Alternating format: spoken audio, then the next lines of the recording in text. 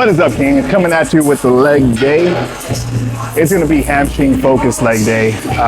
We're gonna do 3 hamstring movements and 1 quad movement because 2 days ago I did 3 quad movements and 1 hamstring movement. So I like to change the priority on 2 separate days because once you become advanced enough, whenever you do all quads first, the hamstring exercise suffer because you're so strong that you create inroads in your nervous system and you are too tired to produce a lot of force, and the quality of the hamstrings diminishes.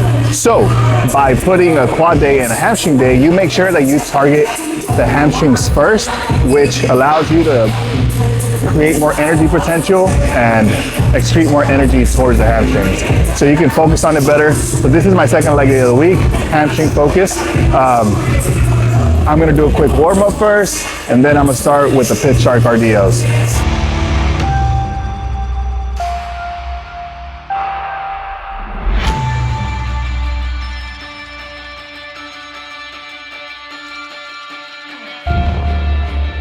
I put it 2 chains shorter, meaning I'm gonna go like about 2 inches deeper.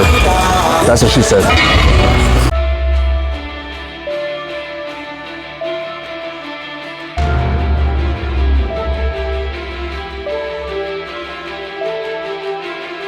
Be sure the first movement of the day is a compound movement, especially if you're a novice, beginner, intermediate.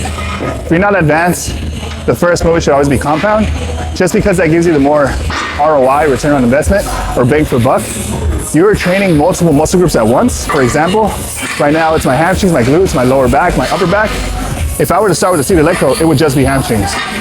Now, I would fatigue myself, then go into the RDL. Now I'm training the majority of my body in a fatigue state, so I get less return on my investment. Be smart with your exercise selection and exercise order specifically, and pick your compound movements first.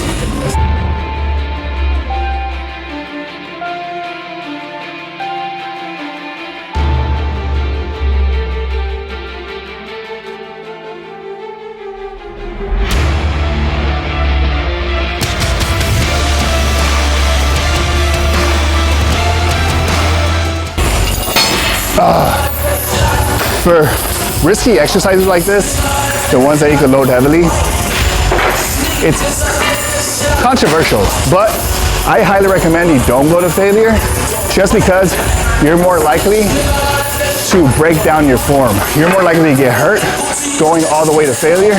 So I recommend staying 1 or 2 reps shy of failure and go to failure on your isolation movements instead.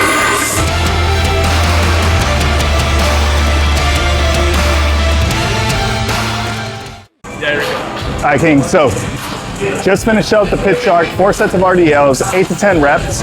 Now we're moving on to the seated leg curl. Why? Because the seated leg curl is better than the lying leg curl, period. So it places you under stretch. It's also stretch mediated hypertrophy. So if you think about it, at this position where your hamstrings are stretched, the seated leg curl is just this inverted. So whenever you sit down and bring your legs up, that's the same position. Your hamstrings are still being stretched under load, which has been shown time and time again to be beneficial towards hypertrophy. So it's called stretch mediated hypertrophy. All right. Secondly, I really want to emphasize how to set up this exercise. Majority of the people do it wrong, so I'm gonna show you the wrong and right way to do it real quick. So first things first, I just popped up on it. I didn't change anything. Notice where the pivot point is this red dot right here, right? This is the axis rotation of the machine. It should be directly in line with your knee joint. Why? Because the axis rotation of the machine should be exactly the same as your hinge joint. Making it go through your knee assures that your knee is in the strongest position. That's where your knees are safest, and that's where you have the most mechanical advantage to perform the exercise and overload the hamstrings. So what I'm gonna do is I'm just gonna slide this back. So I purposely slid it too far back to show you guys the opposite of that. So in this position, again, I'm having a lot of space in my low back when performing the exercise, which makes me unstable. So I don't have good leverage to perform the exercise. Lastly, now my knee is way behind the pivot point of the machine. So again, bad leverage, bad for your knees. So find the position where the pivot point of the machine meets the axis rotation of your knee. Your knee is a hinge joint. It only goes up and down. So you also want this to be directly in line as you perform the exercise. Save your knees, people. Save your knees. Don't do this wrong.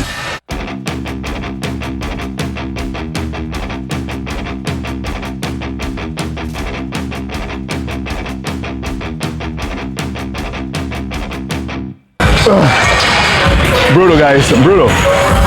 If you can get really strong on RDLs, barbell, Pitshark, dumbbell, kettlebell, I don't care.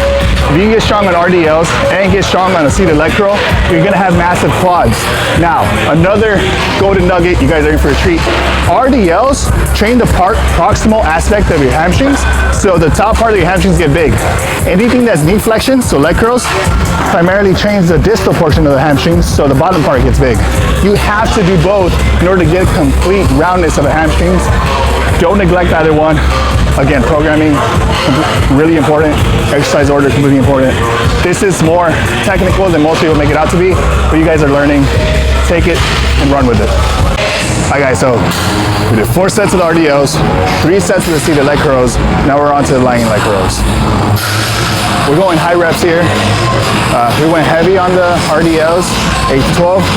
So we've already targeted the fast twitch muscle fibers. Now we're gonna target the slow twitch muscle fibers. This also changes the hamstring to the shortened position. That's why I like to put them last, just because it's like the least fatiguing. Yeah, a couple cues, just the way to set up. Try not to let your lower back kind of go up and down. It's damaging for your hips to keep on rotating. It'll hurt your erectors. And then be sure the pad is set up right. It's about right below the calf. Reason being, if it's too low, at the very top, you lose that tension. So keep it close to you, and your cue should always be heels to your glutes. Go all the way up, all the way down. Don't start to range of motion.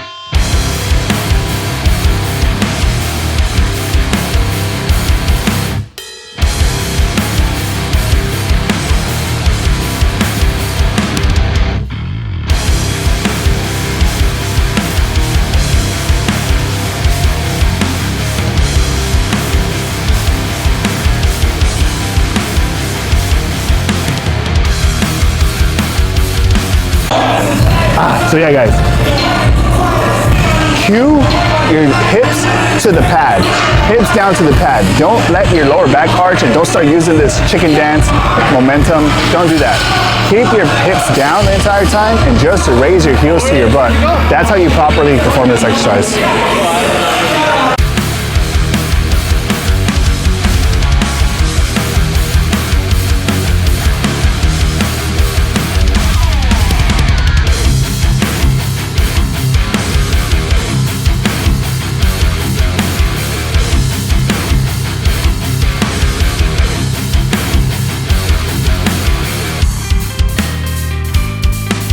Whew. Okay, that's it for this. Please take notice, again, of how the rep is performed. The concentric is quick, but the eccentric, slow. 2 to 3 seconds. When your muscle is lengthening, slow down. Force that muscle damage upon your muscle. You're here to train the muscle, so make sure the load is being transferred to the muscle. Slow down your eccentrics on the slow down your eccentrics on the way down. So that's how you get the full growth.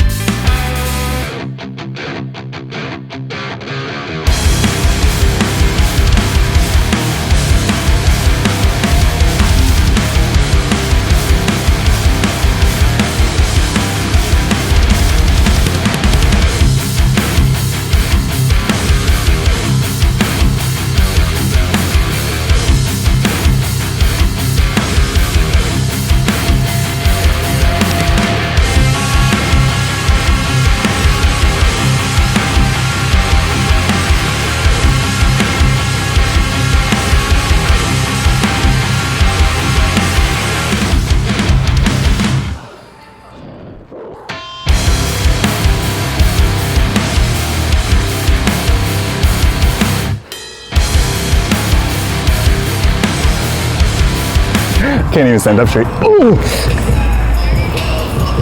Oh, help me out, dude. All right, guys. The workout one. Did hack squats. Then we were supposed to do 2 sets of lunges, but you can see what happened. The pain of the cramps damn near made me pass out or throw up, either one. That's the end of the workout. Oh, no fun. But like I said, fuck leg day. It's right here, the cramp is just right. If I extend my leg, it'll cramp again. So I'm gonna hang out here for about 10-20 minutes and then I'm gonna go get some food. Thank you guys for watching. This is not the outcome I expected, but it's the outcome that we received. It's better than vomiting. Thank you guys for watching. See you guys in the next video.